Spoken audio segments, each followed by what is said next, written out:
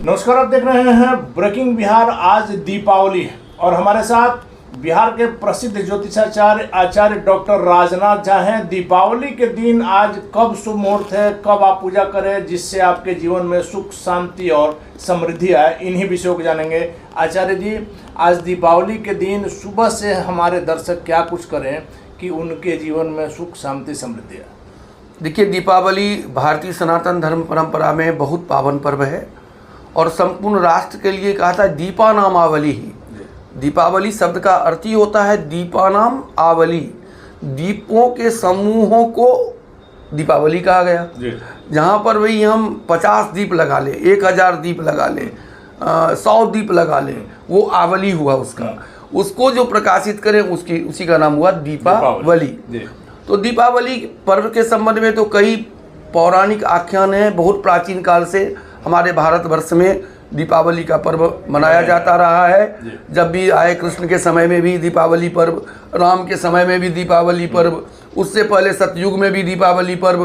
तो ये वैदिक कालीन पर्व माना जाए तो कोई अतिशयोक्ति नहीं है। वस्तुतः दीपावली के दिन माता लक्ष्मी की पूजा तो होती ही है, लेकिन ये इस दिन 2 शक्तियों की पूजा होती है। और दीपावली के रात्रि में काली पूजा, काली जो है आद्या शक्ति, उनकी भी पूजा होती है, काली पूजा भी मनाई जाती है। तो दीपावली के दिन खासकर ये ध्यान रखना चाहिए व्यक्ति को कि सात्विक विचारधारा रखे, क्योंकि लक्ष्मी जो है माता, वो सात्विकता में वास करती हैं। तो जितने सात्विक आप रहेंगे और सत्वगुण को अपनाएंगे, उतने ही माता की असीम कृपा आपके ऊपर बरसेगी, पड़ेगी। तो दीपावली में खासकर पूजन का जो मुहूर्त होता है, वो स्थिर लग्न में लक्ष्मी का पूजन करना सर्वाधिक उचित माना गया है। तो दीपावली के दिन स्थिर लग्न जो है वो पड़ रहा है आपको शाम के 5:44 से लेके 7:40 तक वृष लग्न रहेगा। 5:44 से 7:40 ये वृष लग्न रहेगा। वृष लग्न में लक्ष्मी जी का पूजन करना बहुत ही श्रेष्ठ और उत्तम माना गया है। अगर जो व्यक्ति इस अवधि में न कर पाए तो फिर रात्रि बेला में सिंह लग्न में भी लक्ष्मी का आराधना करना, पूजन करना श्रेष्ठ माना जाता है। तो रात में 1:11 से लेके 2:42 तक सिंह लग्न रहेगा।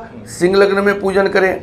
अब कई लोग जो होते हैं कि शाम में अस्त व्यस्त रहते हैं, पूजन नहीं हो पाता, कि लोगों के पास पंडित नहीं पहुंच पाते या अपने से भी करने में बड़ा भाग दौड़ रहता है। तो एक लग्न और है जो दिन के 1:11 से लेके और 2:42 तक कुंभ लग्न रहेगा।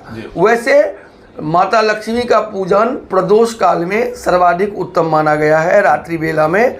अब जो कोई भी असमर्थ हो तो वो कुंभ लग्न में दिन में 1:11 से लेके 2:42 तक भी पूजा कर सकते हैं। असमर्थता के होने के समय आपको समय नहीं मिला, असमर्थता होने से। वैसे वृष लग्न और सिंह लग्न में माता लक्ष्मी का पूजन करना, अनुव्रजन करना सर्वाधिक उत्तम माना गया है। और इस दिन अगर आप श्री सूक्त का 108 पाठ करते हैं, त्रिसूक्त का पाठ करते हैं, पुरुष सूक्त का पाठ करते हैं, अन्नपूर्णा स्तोत्र का पाठ करते हैं,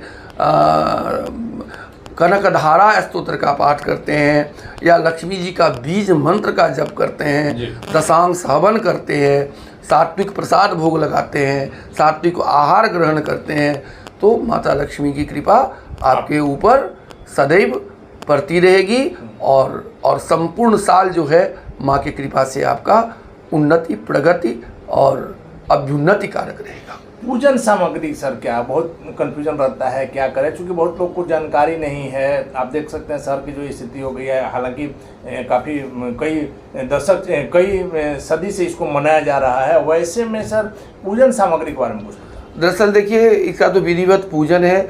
एक तो कलश स्थापना करके आप षोडशोपचार पूजन कीजिए। 16 उपचार से पूजा होता है।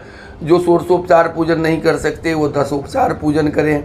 जो 10 पूजन नहीं कर सकते, हमारे धर्मशास्त्र तो इतनी व्यवस्था दे रखी है अनिल जी कि कोई भी ऐसा व्यक्ति नहीं है जो अपना अपना जो है भाव देवता के सम्मुख नहीं रख सकता। जी। हमारे यहाँ सारे विधान, राशि पूजा से लेकर के सामान्य पूजन तक का विधान है।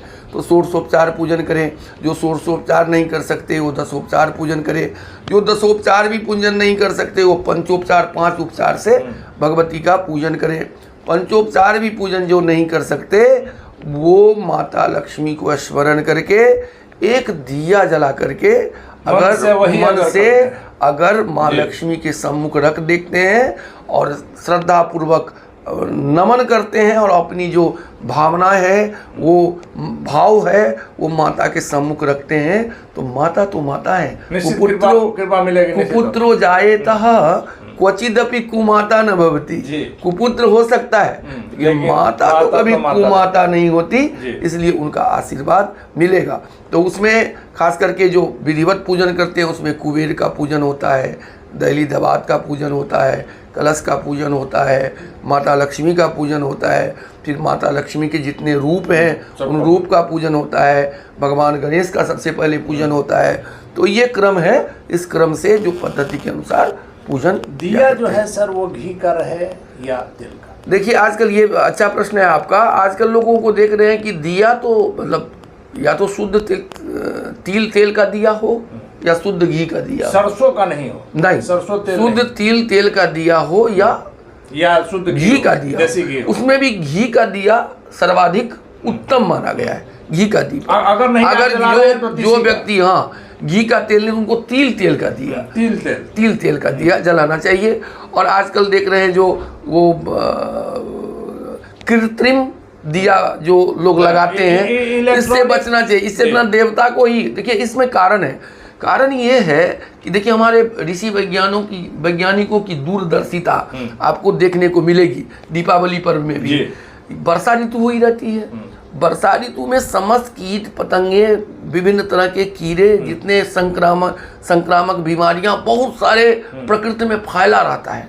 आप देखिएगा कि दीपावली होते ही सुबह के दिन नजर आता है उस दिए के लौ से या उस दिए की एक जो खुशबू होती है, उस खुशबू से जितनी भी विकृतियां होती हैं, जो भी बीमारी हो, कीट पतंग हो, सबका नाश हो जाता, जो कि कृत्रिम दिया से नहीं हो सकता।